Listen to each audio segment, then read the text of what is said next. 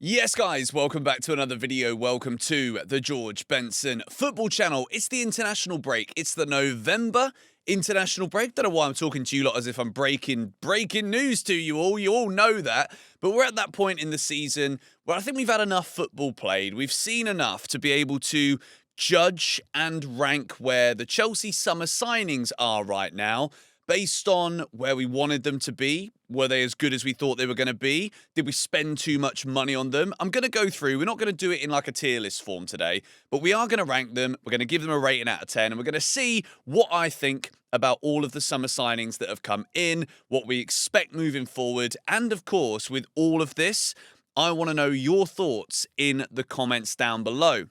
Before we go into anything, though, I want to start with Mamadou Sarr, who is a centre-back that we obviously bought in. We spent the money on him apparently in this window just gone in the summer, and then we loaned him straight back to Strasbourg. I want to know what you guys think about this specifically, because when you sign a young centre-back, right, Mamadou Sarr is one of the most promising young centre-halves in Europe, which by default makes him one of the most exciting young centre-halves in the world.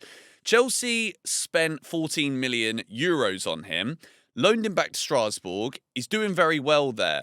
Now, a lot of people have said that we should have signed a top-class centre-back in the summer. I'm very much of the opinion that Chelsea haven't gone and bought a top-class centre-half because we think that we've got enough youngsters that will become top-class centre-halves. So, as much as that obviously hinders Chelsea in the now, the question about Mamadou Sarr is, would Chelsea be better off defensively so far this season if we'd have actually let this guy just stay at Chelsea? And I think it's a balancing act between making sure that the defender is getting enough minutes. He's obviously only 19 years old, which is incredibly young. Strasbourg, very good side. They're doing very well in France right now. And he's getting a lot of opportunities there. So I think it's the right move for him. Do I think this is a good Chelsea signing? From everything I've seen of Mamadou Sarr, he's great on the ball, great in a tackle.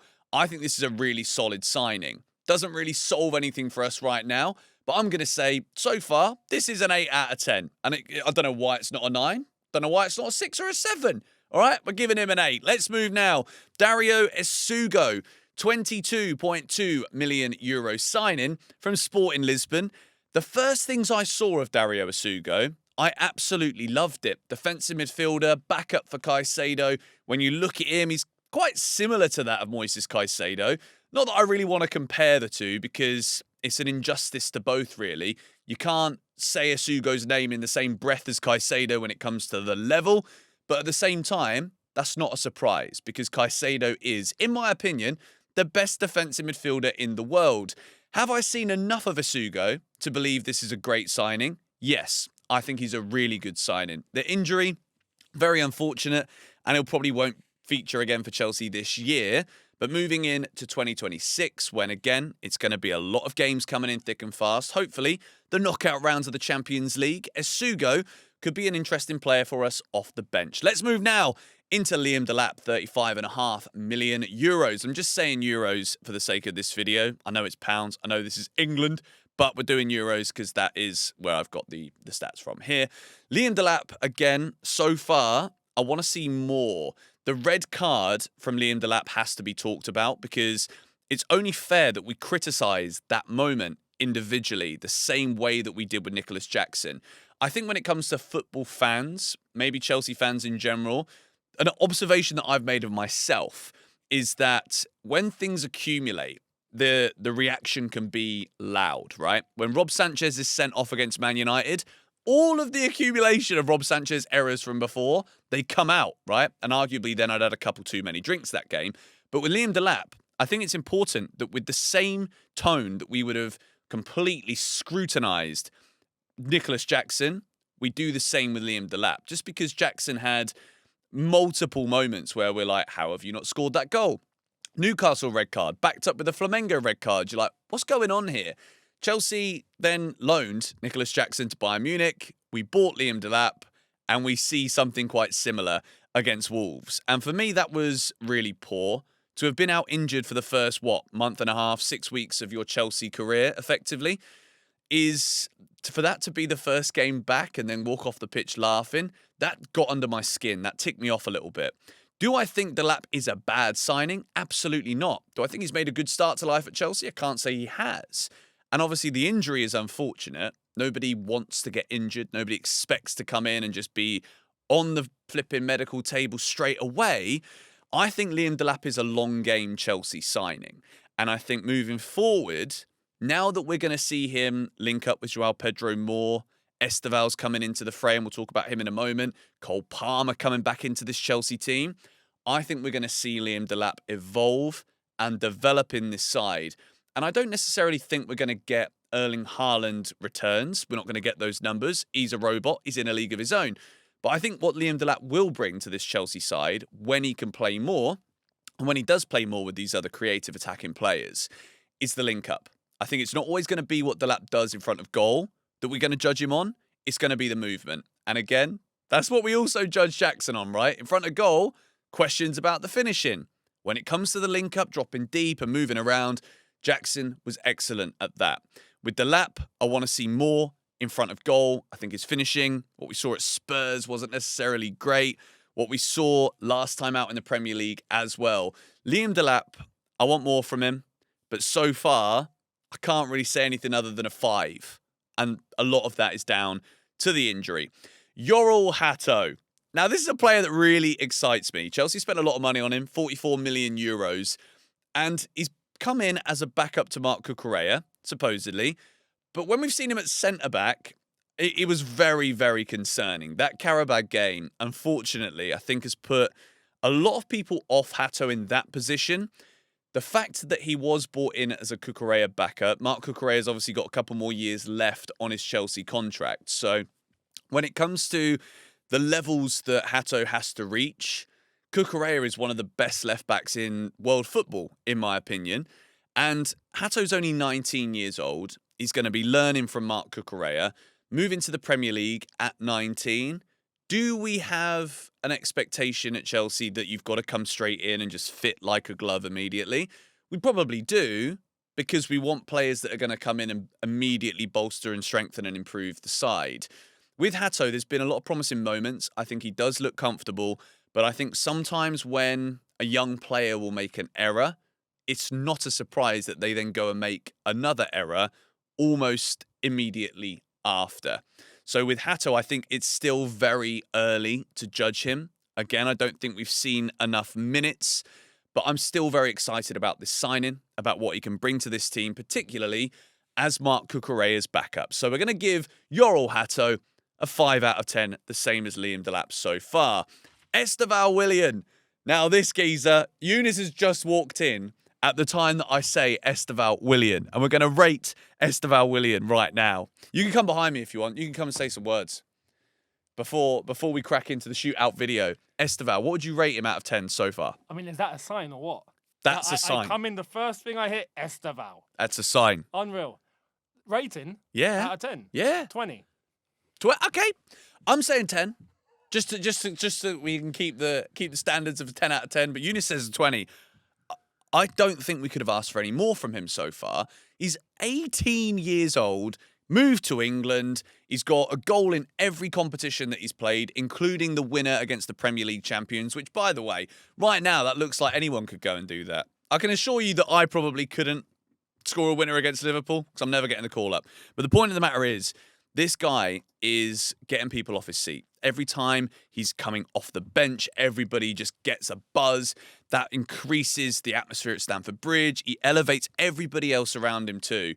And I just think when we look back on the start that he's had, this is just the beginning. I think the levels are going to improve game after game. He's settling in clearly. And listen, he looks great in a Chelsea Christmas jumper too, which, by the way, 10% off at the Mega Store. Say it in every video, GBFC10 is your code.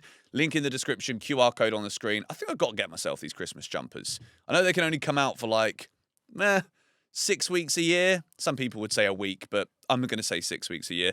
But I think it's absolutely class, and so has Estevao been. Alejandro Garnacho. I'm giving him an 8 out of 10. I think Garnacho has had a fantastic start to life at Chelsea. And with these ratings, obviously it's my opinions. I want yours in the comments down below. I didn't expect Garnacho to come in and hit the ground running. I was concerned about his attitude. I'm, as a result of his attitude, concerned about the output. I was always wondering, is he going to be able to hit the heights that people talked about, but specifically what he talked about for himself? That was my concern, that Garnacho was a player that could talk the talk.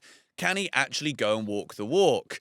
Now, at this point in the season, Chelsea, when it comes to the middle of November, going in towards the Christmas period, quite often things can just dwindle down. Things can fall into the abyss when it comes to Chelsea Football Club. But Garnacho's one of the players now where I can just see this upward curve. I can see a trajectory that points in the direction that instead of going on a mid-season slumber that kind of coincides with the English winter and the weather, I've got a feeling like we're about to turn the heat on. And Garnacho's one of those players that, again, when I look forward to Burnley next week, I'm excited to watch Garnacho play football. It's an 8 out of 10 for me. Jamie Gittens, I'm going to say a 5. The goal against Wolves, actually, no, I'm going to make it a 6 for Jamie Gittens, to be fair, because once again, he's 20 years old. He's a very young player coming from the Bundesliga. Now, as a person who has watched Florian Wirtz come from the Bundesliga this season, and by the way, there's a tier list transfer video that's out now on Shootout where we rank all of the Premier League clubs' most expensive signings of the summer. Now, a little hint for that video. Liverpool spent so much money that we had to do 2 players for Liverpool in that video. So Bundesliga tax is real. Timo Werner might be a European champion, but blimey O'Reilly, did we get some Bundesliga tax payments on that? Kai Havertz as well. May have scored one of the most important goals in Chelsea's footballing history, but he's also from the Bundesliga, and I've also got questions to ask about him and the way he plays in the Premier League. With Gittens, at 20, you come into Chelsea, there's an expectation. Now, this is why I think you can praise Estevao more because of how simply he fits into this Chelsea team and how good he's just immediately been. Gittens, I wouldn't say it's been Estevao levels yet. It definitely hasn't. But there's been flashes. There's been moments. But I think with Gittens, it's going to be everybody else is just doing so well. Estevao is. Palmer's coming back. Neto's had a good start to the season. Garnacho is starting to fly. So with Gittens, it's going to be a slow burner. 6 out of 10 from me, because that goal against Wolves could be one of the best we've seen this season. Although Caicedo takes that against Liverpool. Let's move into the final player of this video, Joao Pedro. Joao Pedro as a sign-in, I'm giving him it's difficult because I don't know if I want to talk about the Club World Cup in this, because that was obviously monstrous. That was magnificent. So I'm going to rate him as a signing. 8.5 out of 10 so far, because that Club World Cup, that is staying in my memory for a very long time. And we're very close to my memory now, because I basically got the Enzo Maresca haircut yesterday, it was wonderful. But Joao Pedro, I think, again, and I've said this in a video earlier this week, Pedro is one of those players who I think he needs others around him. Whether that is Cole Palmer, we know what that link-up is. We know the value of that. But as well as that, I think when we see him play more with Liam Delap, I think we're going to get better outputs, going to get better results. And also, he has been scoring recently despite not playing well. And people will argue this about Haaland. I will sit here and argue this about Haaland. Haaland can touch the ball 20 times in 90 minutes. But if he scores 2 goals, the stats don't matter. Just score me goals. And if Joao Pedro is going to play through the middle, and he keeps scoring the way that he has done recently, winner at Spurs, scored against Wolves, that's all we can ask for. He is Chelsea's top scorer in the Premier League this season with 4. And as much as the Club World Cup, I think, that was the benchmark that he would set for himself, I still think there's so much more to come from Joao Pedro. But as a sign-in, I've got to factor in the Club World Cup, because in that competition, the bloke was a joke. You like that, didn't you? But anyway, going to wrap this video up now, because Eunice and I have got some Shootout recordings to do.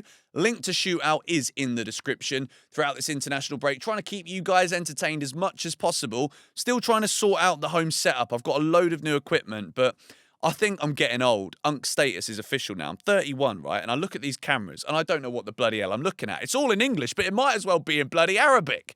I don't know what I'm doing, but we're still recording here in the studio, and hopefully you guys have enjoyed the videos over the last couple of days. We'll see you in the next one. Come on, you Blues.